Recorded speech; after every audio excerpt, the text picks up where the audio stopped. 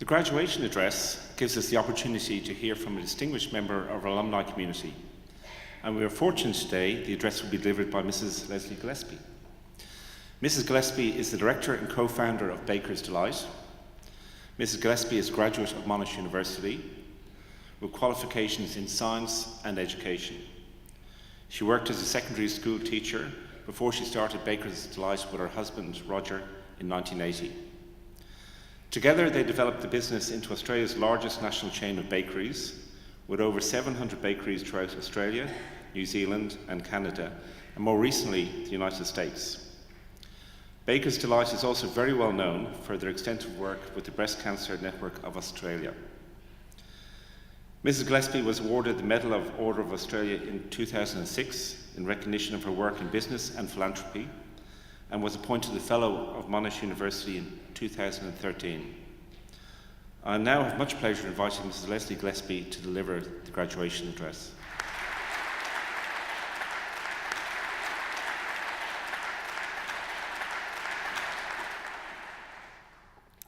Well, thank you. To the Deputy Chancellor, Mr. Shane Buggle, Provost and Senior Vice President, Professor Mark Palange, Dean of the Faculty of Science, Professor Jordan Nash, members of faculty, ladies and gentlemen, and especially our new graduates. It certainly is a pleasure to be here to celebrate the success of the new graduates. A graduation marks the completion of years of work and endeavour. Many of you will go on to become leaders in your chosen field of science. Some of you will do something which may have very little to do with science, which is what I did. But the education you've received at Monash will have laid the groundwork for success. Monash is certainly a world-class university and rightly sits in the top 100 universities of the world. So, I graduated right here in 1977. Some things are very clear, some are not. After all, it was nearly 40 years ago. What does stay in my mind was the advice of a good friend. She said, "Your graduation ceremony is not for you, it is for your parents. So go out and buy a new outfit," I like that bit, "and enjoy the day." So to the parents sitting here, I know you are proud, and I know that you will cherish the memories of this day. It is a great day. For my parents, my graduation was a big day. I was the first to graduate from a university from both sides of the family. My brother Philip was soon to follow, graduating from Monash in law. I cannot remember the graduation speech. I'm sure there was one, and we certainly didn't have a nice instrumental. But I do remember breaking out in a sweat, which I'm sure some of you did here, in case I did doff my hat incorrectly. In fact, I should have doffed my hat before I took. Anyway, I'll doff it now, I am sorry. It's not a thing that you do often, is it? Doff hats. It's a strange thing, very university.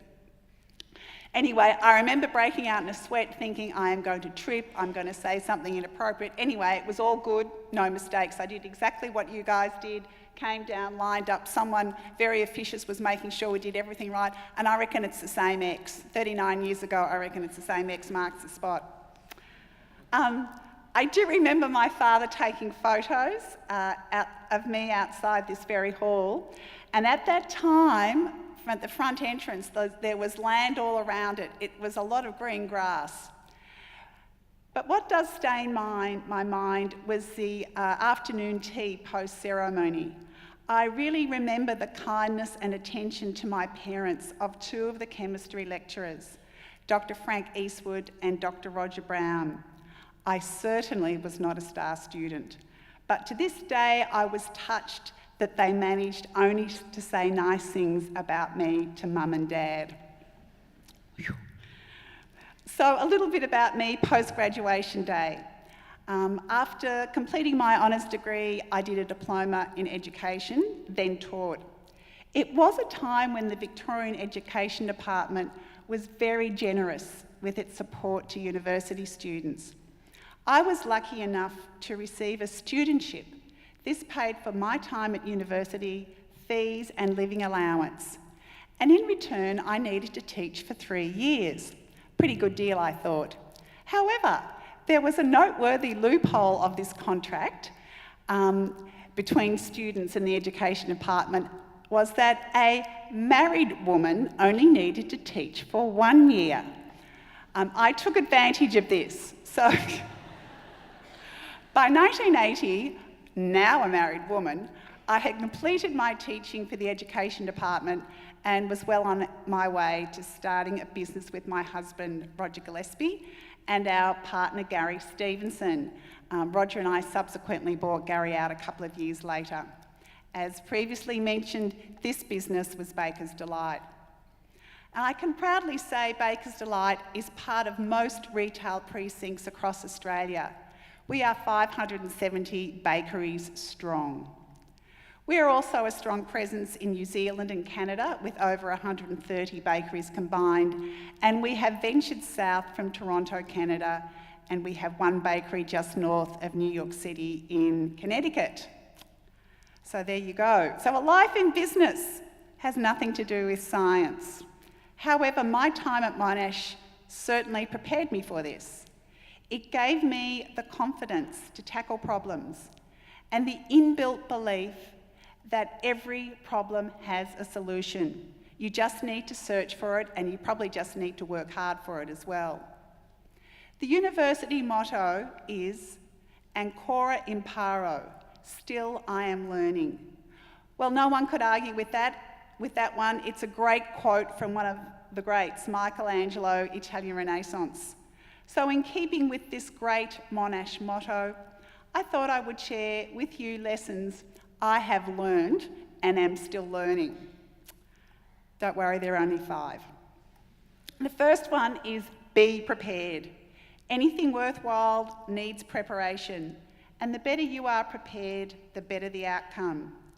As a student, I learnt this early. Not being naturally academic, I needed to study methodically and be organised with my time. Being prepared meant I never failed a subject and never had to sit a sup, although I must admit in some I came close. In business, it is equally important. Being prepared is doing your homework. Being prepared is having an open and curious mind so you can garner the insights you need. Always looking for better ways of doing things and always being curious about new opportunities has enabled Baker's Delight to thrive. So second lesson, big important things are always hard. Our life's work is Baker's Delight.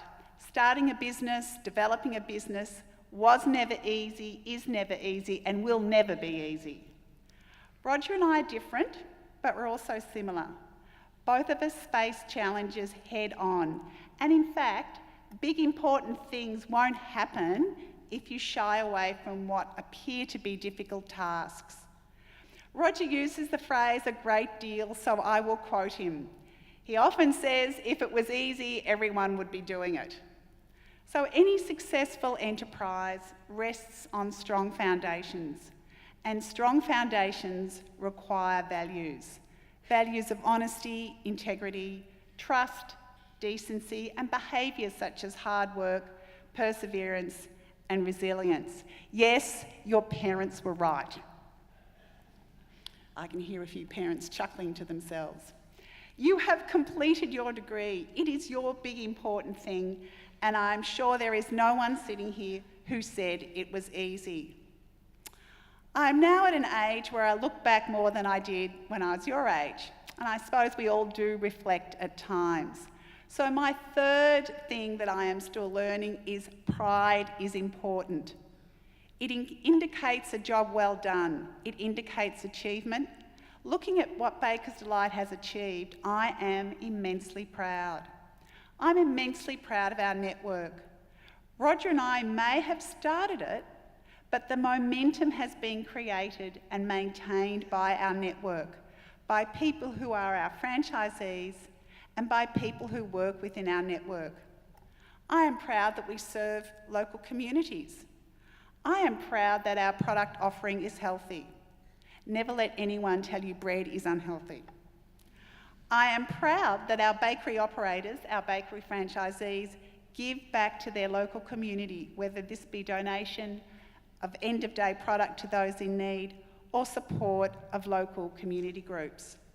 Or, as in the case right now, the support our franchisees and in fact all our local communities across Australia give to help raise funds for the Breast Cancer Network Australia through our Pink Bun campaign. If you go into any Baker's Delight, you will see it all pinked up.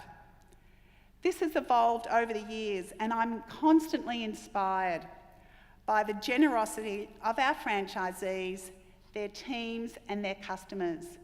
Last year, a jaw-dropping $1.8 million was raised, and that is a lot of pink buns. But, oh well.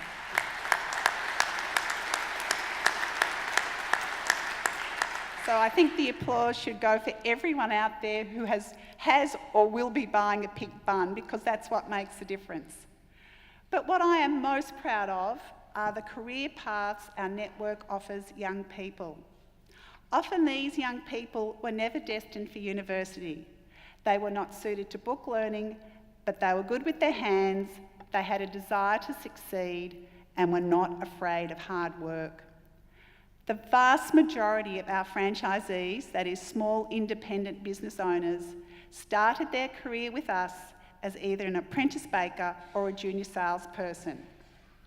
To the parents sitting at the back and upstairs, here, I am most proud of our two children, Aaron and Elise. But I would need another hour to share my pride, but as parents sitting here, you know. So the fourth lesson, never underestimate the small things. Simple acts of kindness, simple courtesies add up. Small things add up to big things. As you would have found with your study, the time spent every day at your desk adds up. Now you've achieved your big thing, your degree. So in our business, it has flourished due to the myriad of small things thousands of people do every day. This could mean a simple smile from the person behind the counter, to the effort a baker makes to ensure their product is first rate. Small things add up to big things. I am always suspicious when someone says they are the big picture person. You hear a lot of that in business, and don't like the detail. Details count. So the fifth lesson, never underestimate what you can achieve. If you set limits on what you can achieve, then you will achieve within those limits. Often it is a simple matter of looking at the journey and having the courage to take the first step. So take the first step and challenge yourself. Often that is all that is needed.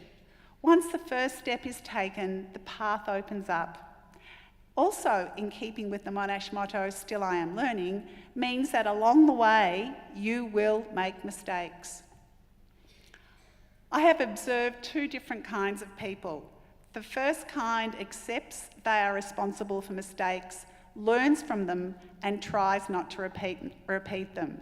The second kind does not, and they keep on making the same mistakes over and over again. Mistakes are not the end of the world. They are a chance to try again, so embrace mistakes. I'm sure life will continue to give you opportunities to learn. These opportunities will arise if you are curious, if you are prepared to make mistakes, and if you are courageous enough to take that first step. So in conclusion, I am honoured to be asked to address this graduation.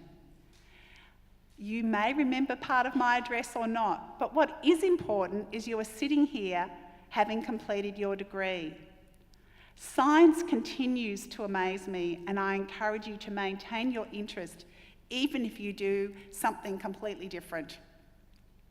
I have found a science education not only teaches the knowledge of its specific disciplines, It also teaches a way of thinking where you question and question more and dig deeper.